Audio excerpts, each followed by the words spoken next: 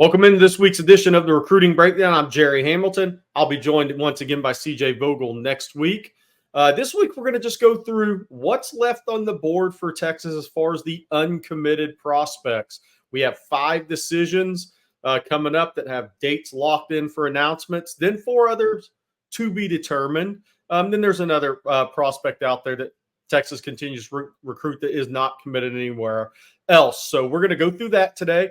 We're just going to run through those, give you the latest on where these recruitments are at, and on Texas football's view, latest information we have. Before we get to that list and give you guys the goods, let's take a second for another guy that has the goods. That is Texas All-State agent Mark Saunders. When it comes to protecting all your stuff, wouldn't it be great to have one place that protects all of it? Here's some great news, Texas fans. Texas All-State agent Mark Saunders is the only insurance agent you'll need to help keep tabs on protection for all your stuff. That's everything from your home, car, and boat to your motorcycle, RV, and even that ATV. Call Texas All-State agent Mark Saunders' office today at 512-218-8571. Again, do what so many on Texas football members have done. That's call Mark Saunders, 512-218-8571. All right, so with the flip of Josiah Sharma, Texas inside the top 15 in the class rankings, have an opportunity to move into that top 10 coming up here, and that there are a number of decisions, a number of announcements here to come in before the first football is kicked of the 24 season for the Texas Longhorns. We're just going to go down this list and go player by player is what we're going to do. So Kaliq Lockett, 4-star plus. I call him 4-star plus. That means top 75 prospect in the country, in my opinion, out of Saxe High in Garland, Texas, same school that produced Devin Duvernay, a number of other players over the years, Devin and Donovan Duvernay, and then they've had probably 15, 20, 25 Power 5 level players come out of Saxe High over the years. Red Barons does a great job there. Kaliq Lockett, it's Texas, Alabama, Texas A&M, FSU, and LSU. I think Texas had reason to feel more and more confident since DeCorian Moore committed to Oregon. Nothing has changed in that regard with what we've heard. We'll see which way this goes on August 7th. Kaliq Lockett, what are his strengths? Unbelievable body control and ability to track the football in the air. Elite catch radius, 11-inch hands, the biggest hands you'll see on a 6'2 receiver. That's Kaliq Lockett. August 7th decision coming up. Then August 8th or around there, give or take a couple days, is DJ Sanders' recruitment we're talking about here. He is scheduled to announce before the season, probably before the start of the school year. At least that's the latest. Now, at one point, he was considered an early July guy after the visits. Then it was mid-July. Now here we are about to turn the calendar to August. That's Texas, Texas A&M, Michigan. Nothing's changed there. It's interesting because DJ Sanders isn't big on social media, doesn't do interviews at all much, doesn't even communicate with college coaches as much as a lot of other kids in this class do. He's a tougher guy to get a read on, not just for the media, but for the college coaches recruiting him. There's been times where Texas has felt good. There's been times where Michigan's felt really good. There's been times where A&M felt good. The question there coming down to decision day is who's really going to push the hardest for him here in the next week or so as he gets closer to this decision. Texas is in contact with DJ and the family as much as possible, as much as they can be. Same goes for Michigan.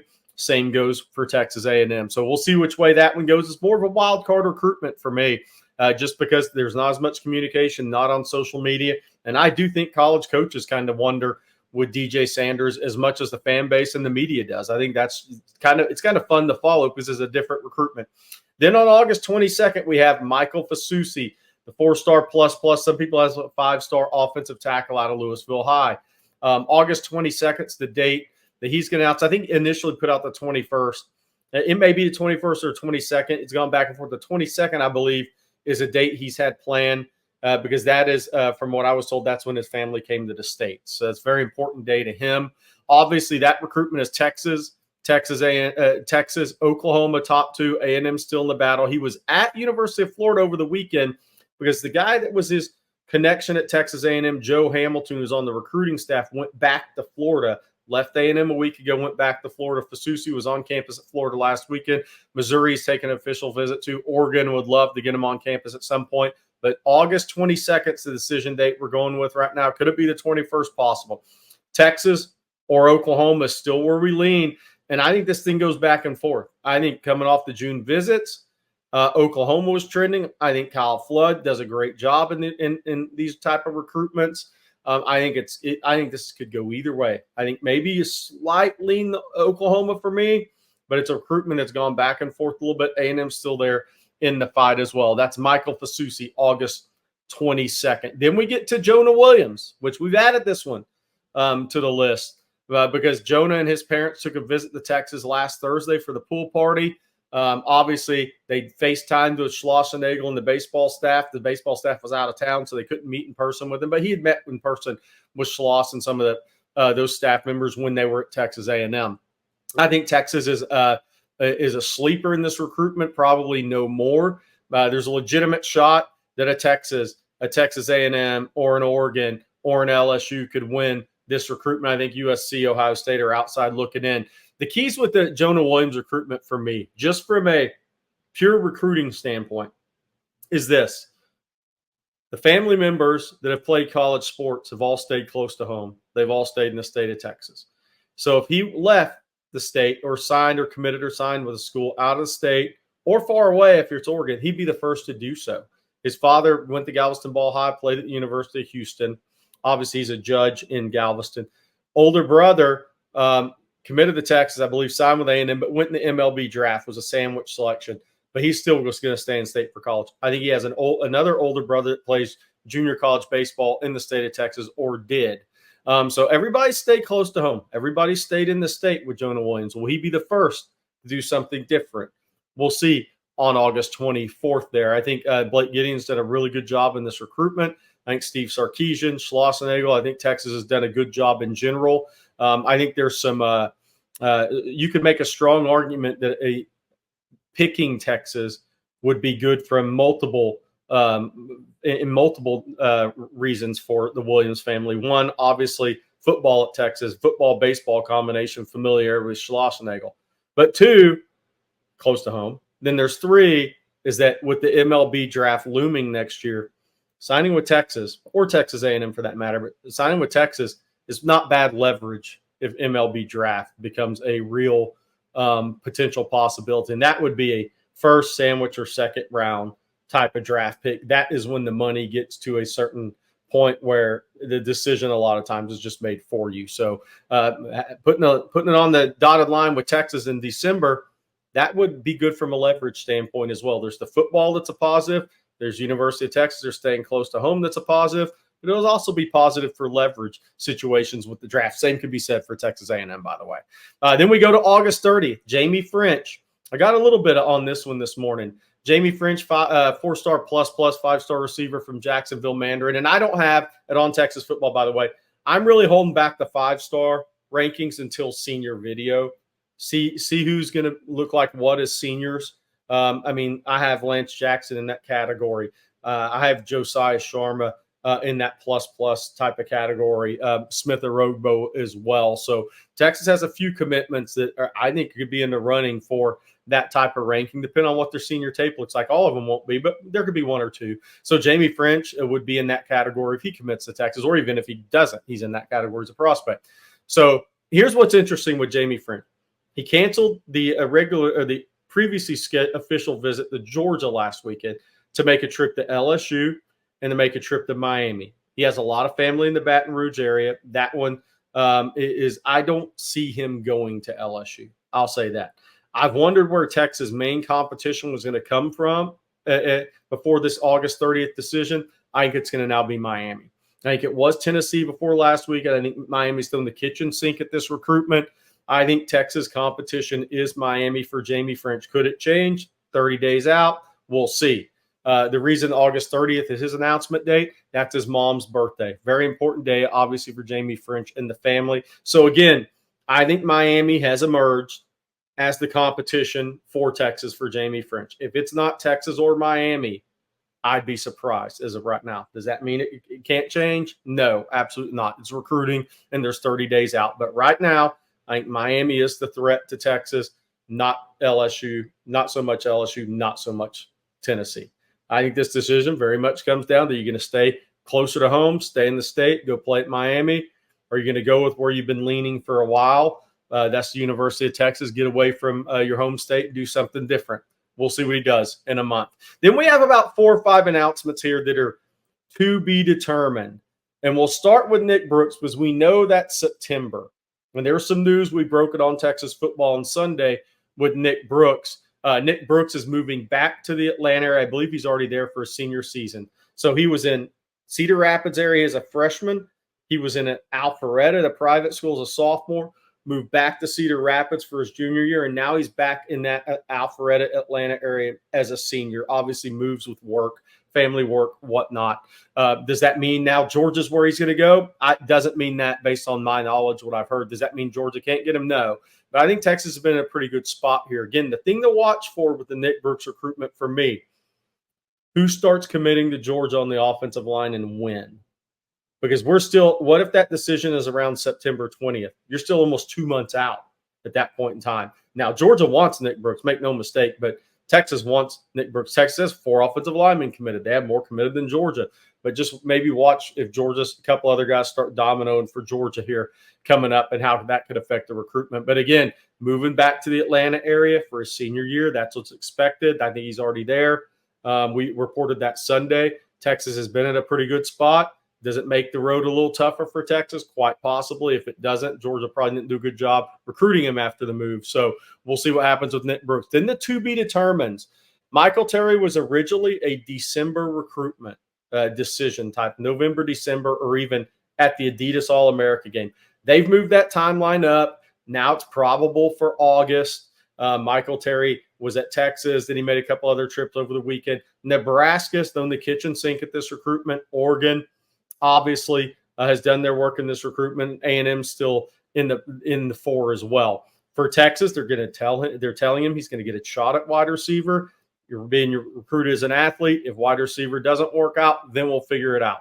Nebraska recruiting him solely as a wide receiver. Oregon has talked running back with him at different times. They're all recruiting him as an athlete with maybe a specifically at one position. And then A&M's been recruiting, saying we'll give you a shot at wide receiver, but as an athlete as well. But I really think Texas, Nebraska, maybe Oregon is where we're headed with this one. But Michael Terry does like Texas, something to know there. Aiden Anning will be very interesting. Just coming off the unofficial visit to LSU.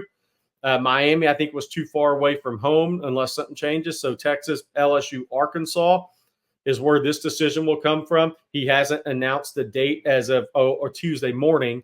CJ Vogel spoke with him, I believe, Sunday evening. Aiden really didn't have a lot to say as far as future plans. It just said, I don't have any plans to go to any college games this year, whatnot, coming off that visit. So we'll see. LSU still has an official visit in their back pocket. Texas obviously used an official visit already, as did Arkansas. But it looks like he's going to stay closer to home now. Is that Texas from Ruston? Is that LSU? Or is that Fayetteville, Arkansas? I think Corey Raymond and Brian Kelly did their best to give him a lot to think about this weekend. So we'll see in the next week or so where Aiden Anding's headed into his senior season. Madden Faramo could be the latest decision of this group. This is one that, look, if he hadn't made the Texas visit, he'd have already been committed to Notre Dame. He was a big Notre Dame lean. Texas, Johnny Nansen did a great job with the visit. I think some of the Texas recruits, whether that be Elijah Barnes' family, have done a really good job illustrating to the Madden and his family why they picked Texas over national schools and some of those in the Midwest. So we'll see what Madden Faramo does. But again, this decision could go into October, November, December. I mean, it really could. It's gone back and forth.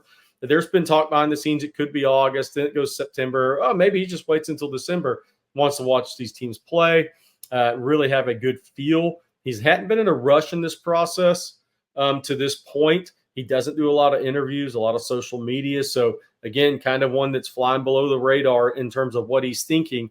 But the one thing we believe he's thinking right now is this decision may not be made soon. Could it change? It could. He could wake up one day and decide where he wants to go. It's recruiting.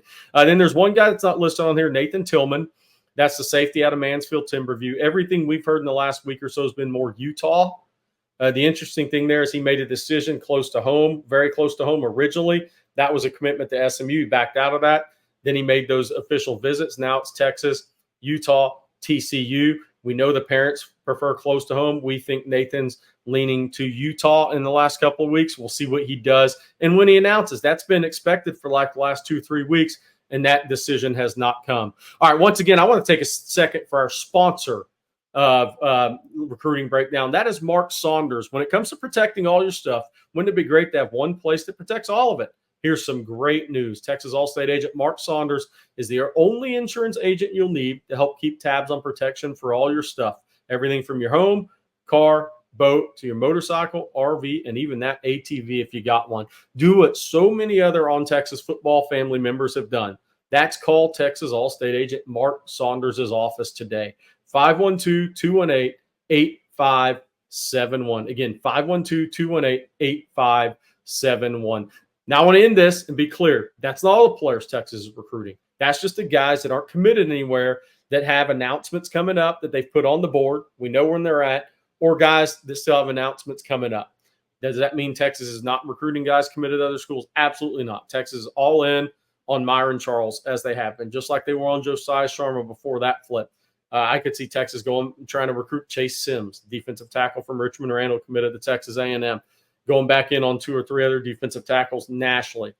You have a number of guys, wide receiver-wise. Texas remains in communication with guys who have committed elsewhere. I'm not going to say both of their names yet, but they remain in communication. So then there's an out-of-state kid, Dallas Wilson, Texas remains in communication with. He's committed to Oregon, one of the very best receivers in the country. So Texas is going to remain in communication with these guys that have committed elsewhere that they really like. That's not going to change. That's Steve Sarkisian in recruiting. Then I do think you'll have 2 or 3 or 4 other guys pop up here during senior season. Defensive line, potentially linebacker, potentially secondary. So just something to keep in mind there. Not out of the question a receiver doesn't pop up, but that's pretty much zeroed in on right now. So we'll see where this goes for Texas. But again, inside the top 15 in the class rankings. And if you just play the class rankings game, if Texas wins out for Kaliq Lockett, they jump up to right around 10. If they win out for either Fasusi or Jonah Williams, they jump up to about 7 or 8. If they win out for Jaime Ffrench at the end of the month, they're sitting there 6, 7 ranked class in the country when the first ball's kicked of the season. So where Texas is at right now, not bad. They had a little bit of a rough patch. They've rebounded from that. The Sharma flip was huge. But now you've got some big decisions that not just impact your positions of need, but are going to impact your recruiting class ranking. And so Texas, with these 4 decisions, these next 4 coming up, that's Lockett, and that's, DJ Sanders as well in there. Lockett, DJ Sanders, Fasusi, Jonah Williams, and Jaime Ffrench. Texas needs to win 3 of those 5. If they do, they're in business. They're going to be right there for a top 5 class once again, as long as they win games on the field. All right, that'll do it for this week's Recruiting Breakdown. My name is Gerry Hamilton. CJ Vogel will be back with us next week. Thank you very much for listening. You guys have a great day. Man, football season's here tomorrow.